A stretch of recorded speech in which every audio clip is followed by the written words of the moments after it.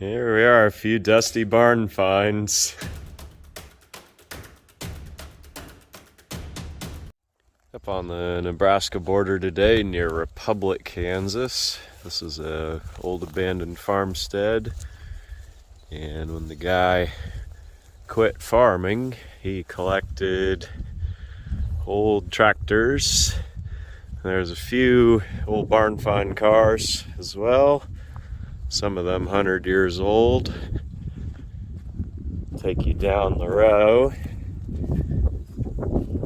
Show everybody what's here. A couple of these old Fords.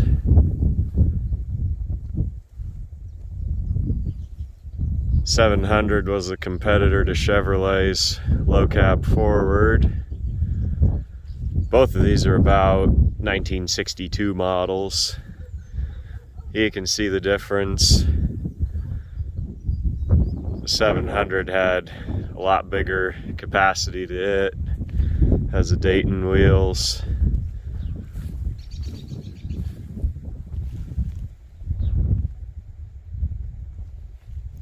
.62 there. A lot of people run harvest in these. They've kind of been replaced by semis now, so there's not a lot of use and a lot of call for them, but they're still worth preserving as historical artifacts and heirlooms of our country's agricultural history.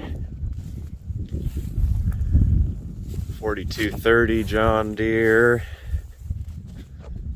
Whoop, stepped in a hole. Little 2030. That'd be a pretty handy tractor around a property. A lot of these are really holding their value now because of the whole right to repair thing, which hopefully they've kind of gotten that resolved, but you never know. There's always room for corporate abuse. Interesting hay stacker on that one. Very, very early Oliver. That one's still got the Hart Park haul out on it. This is a very early Fordson. This one's got the early rear fenders. Oh, maybe they're not. No, that's the later ones. It's hard to tell from the front, but they put those little peaks on the back because when guys would throttle off and go, you could actually tip these over backwards and people were killed. So they added the little kind of wheelie bar fenders there. A lot of these are older restorations, refurbishments that he had done and he collected. I do really like the look of the old Oliver though, still with all the grunge on it. It's a pretty neat look.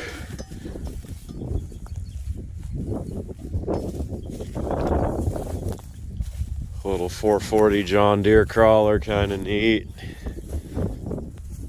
That one's got all the backhoe pieces on it. Is there enough here to tell what this guy was?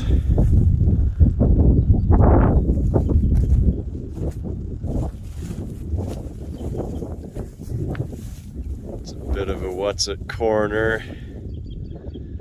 Some of these, if they're rare enough, guys will go the distance to bring them back.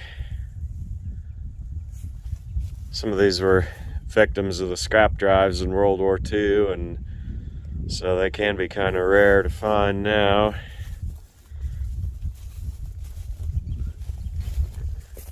.45 combine harvester. No cab on that, just a operator station. Need an umbrella or else you'd get fried. Kind of a neat 60 tricycle model on propane. There's a diesel 70. We've got a gas-powered 70. Handy little Allis with the bucket. D17 Allis. Real early steel Allis.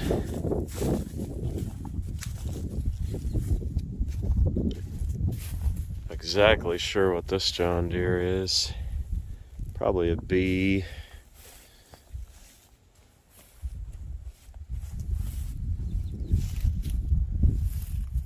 That's kind of a neat propane model there at the wide front. That thing surely has collector value. 830 diesel. Little crawler. Very early one. Somebody's pulled the lugs off of it.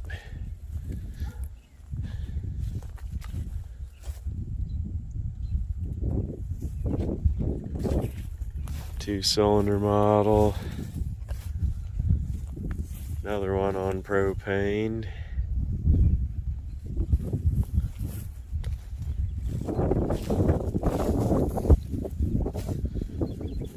Got the little 420. Not exactly sure what was that different about the 420 and the MT.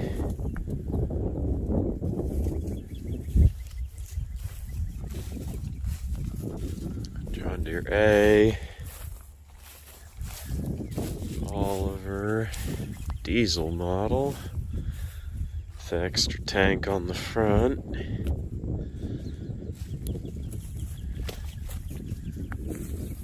It's a cute little thing.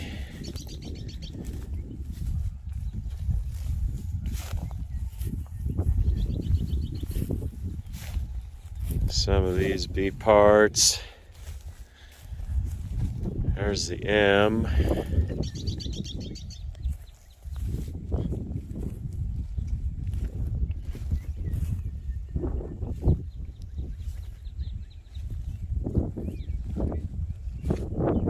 Some neat early ones in this collection.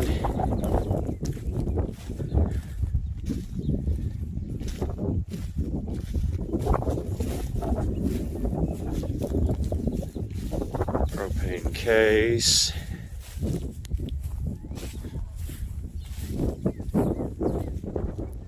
Honda CB360T. We had a CB360. My uncle left us when he moved to Washington State. Ours was parked in '86 as well. I sold it when I was in college. Old restoration D. Little bit of tinkering and maybe some new rear tires, and that'd be a pretty good tractor. Another Honda XL100S, 1980 model.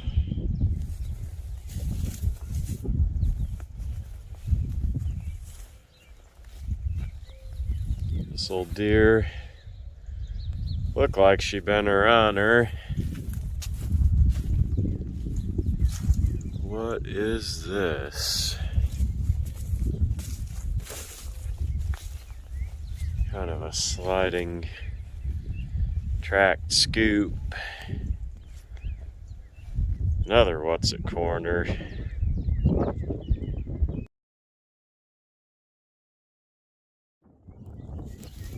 There's a piece of antique road building equipment. Pull behind paddle scraper.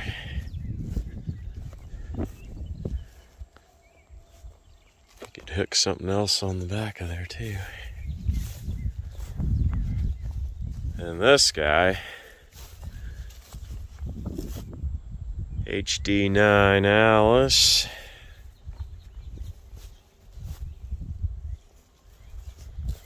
It's kind of a cool old rig.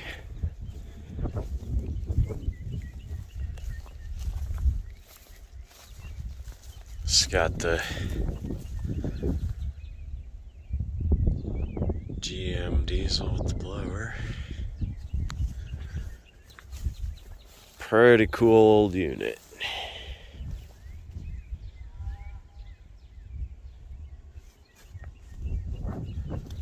Then we've got the 54 Buick Special.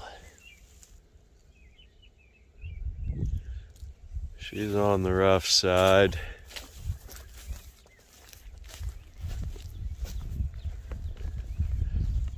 That one really be just a parts car at this point. Two-door sedan's not around every corner though.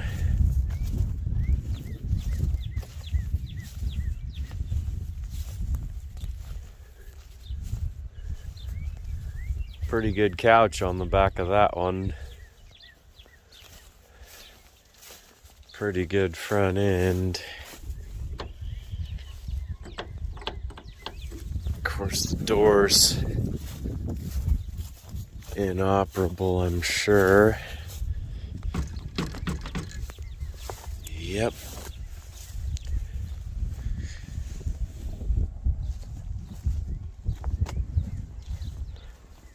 Let's see if this thing has power steering.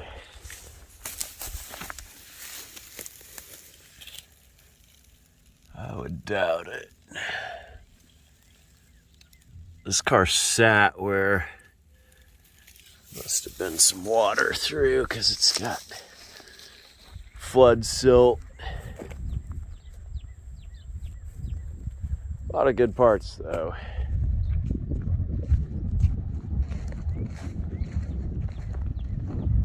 Good bit of other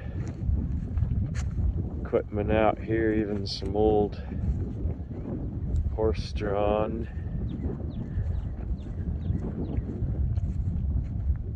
Very, very early reapers. They're pretty neat. Early Allis pull type. Moline pull type. Let's get a little pony motor on it. I don't think I've ever seen an early Moline pull type combine before.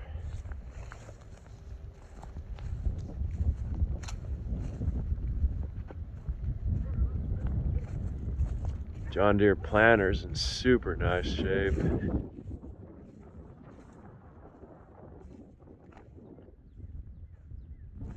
Neat old early Allis baler. Here's a pretty sweet piece. Old harvester.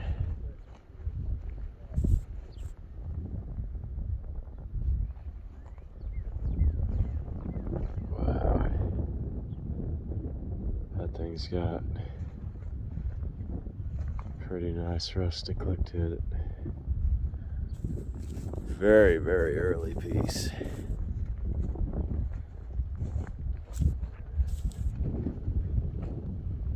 Walter Wood seat.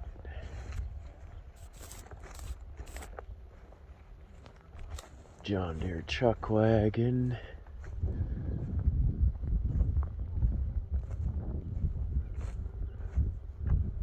Just a lot of real nice early examples out here.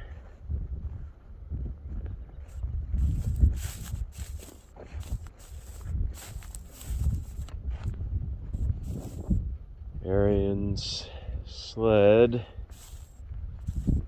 very early piece. Little mud bug three-wheeler.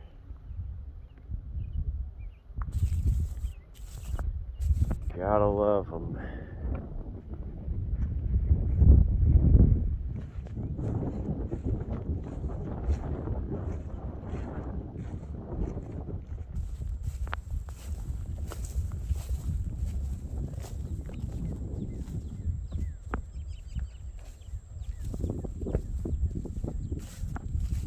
We'll take a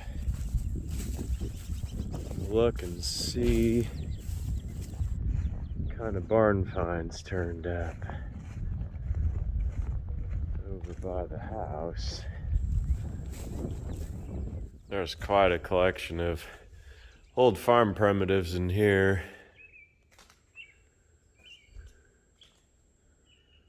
Butter churns, spinning wheels, old irons. We take for granted a lot of our modern conveniences. It's kind of neat to look back at some of these old things and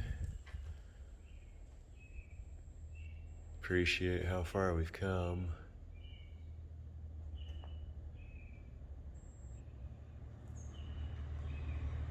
Antique farm wagon.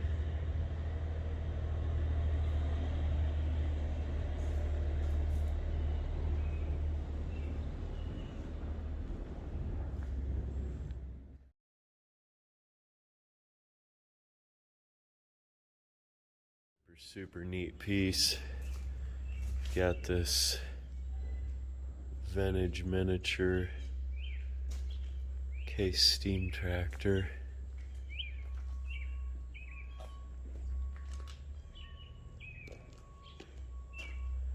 That thing is all set up to run. It's got the little firebox.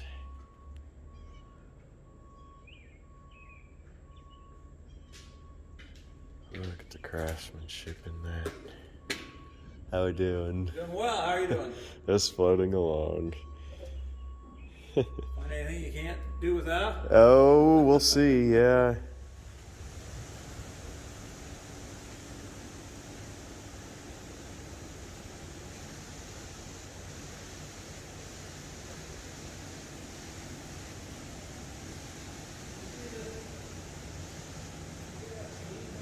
The old cider presses.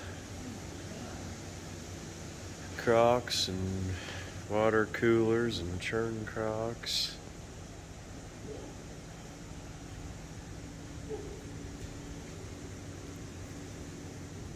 Gamble's shock fluid.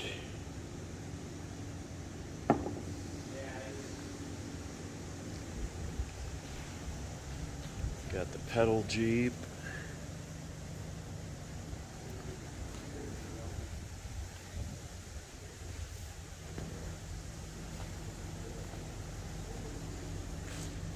It's a very early walk behind planter. It's very early bicycles. Skip tooth.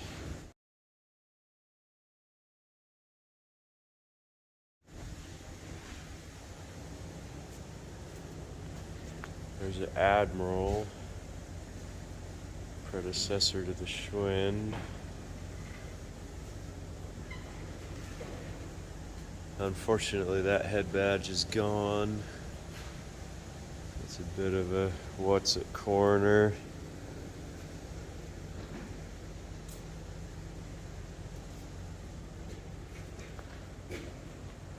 Antique wooden wagon.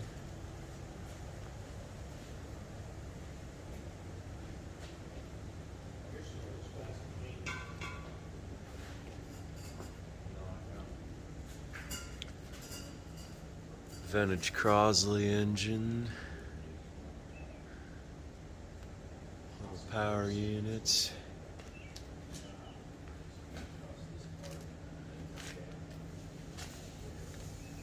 So one of the grandsons was telling me that the little headstone here they found in the scrap pile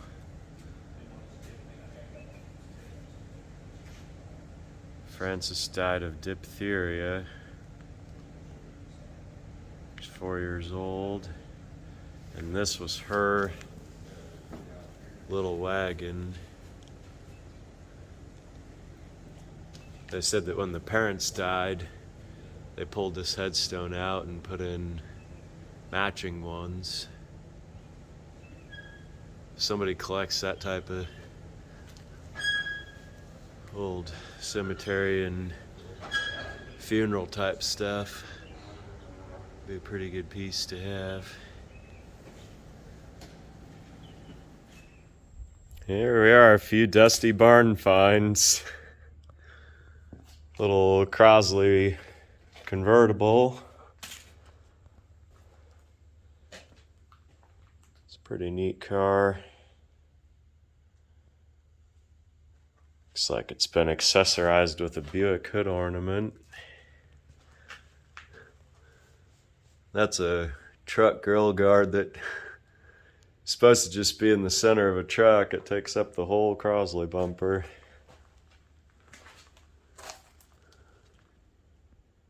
Very original car.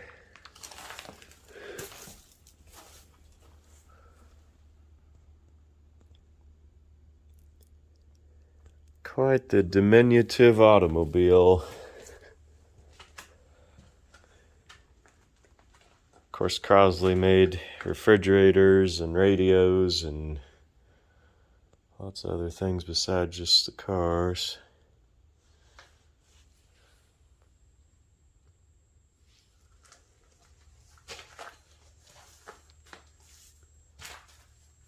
Ford Model A, 1928 or 29. This is what you'd call just an older refurbishment, not really a restoration.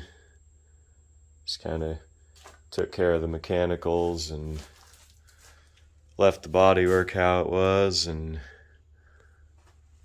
either rolled or quickly sprayed coat of paint over and took her down the parade route.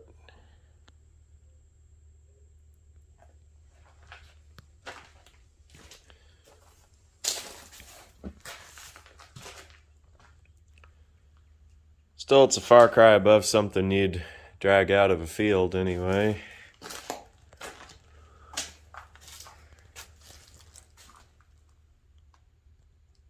It's a pretty basic transportation kind of vehicle.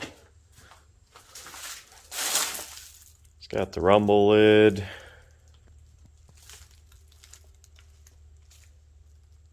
Old antique plate on there. Number in the 11,000s. They're close to 300,000 now, I think around 280.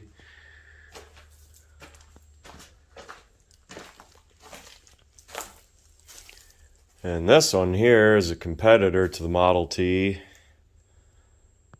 A lot of people think of old basic transportation vehicles and they just think Model Ts, but you did have a choice. There was a Willys and Star and the Durant. This particular one is the Star.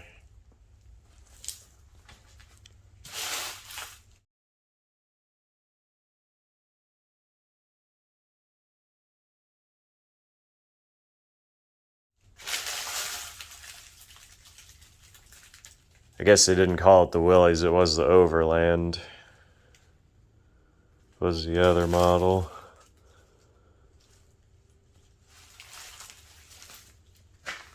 All separate companies. That's pretty neat.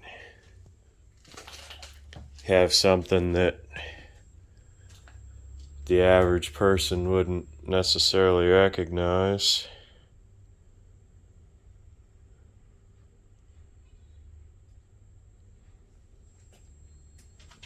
It's a good old barn find.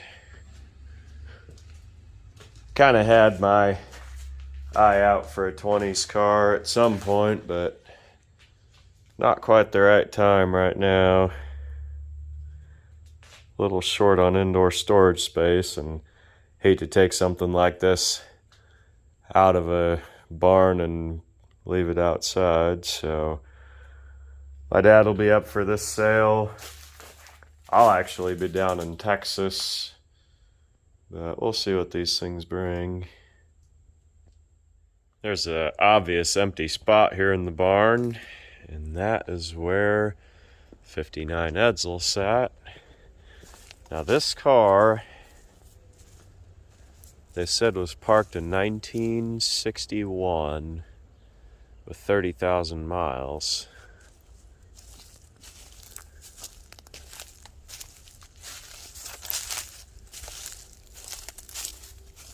'59, of course, was a second year of production, and they were all on the Ford chassis.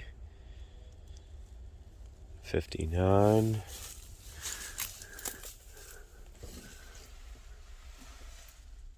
So it's showing 12, which obviously the amount of wear on this car, in the seat and the carpet and the pedals and the steering wheel especially.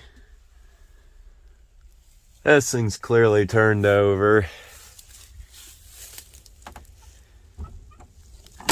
Hear a lot of stories around these cars, and granted, yeah, C68. So whoever gave the intel on that wasn't exactly probably clued in.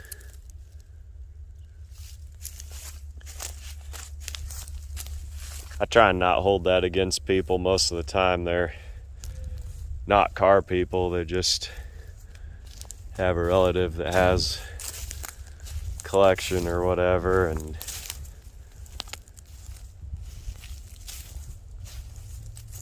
information gets a little foggy. That's what we're looking at, 59 Edsel, and parked that thing in '68, so it was on the road 9 years, 112,000 miles, probably about average. Out in the country like this, the towns are pretty far apart, so figure you could rack up some miles if you had places to go. Always thought the rear view mirrors on these were neat. They got the little horse collar, styling continuity.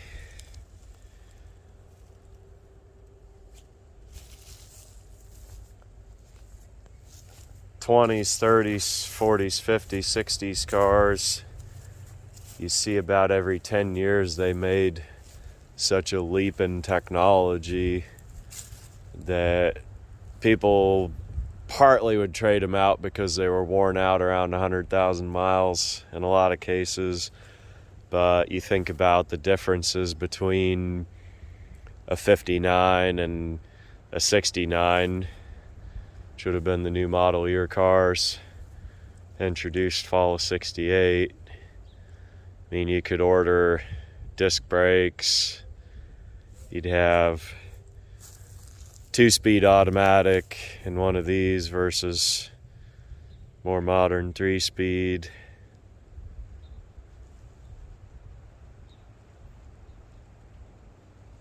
The big differences are between like 20 and 30, 30 and 40, 40 and 50, 50 and 60.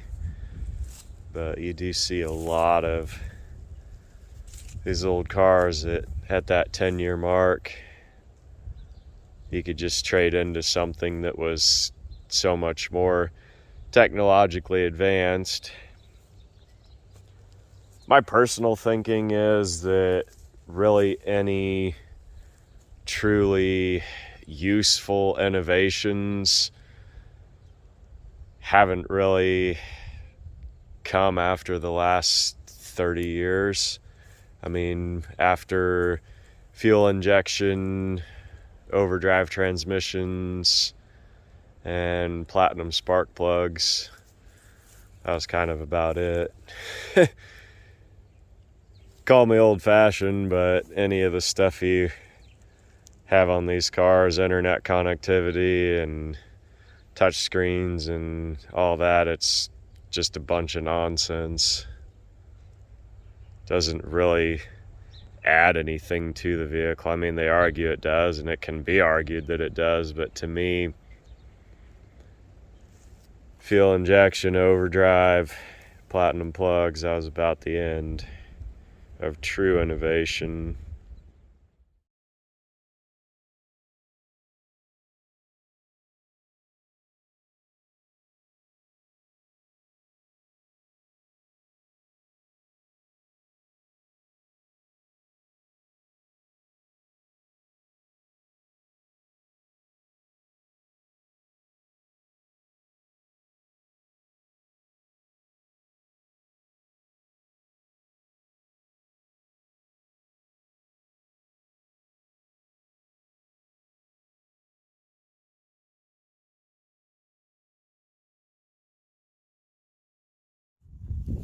Kind of a neat early mower. Big Vermeer baler.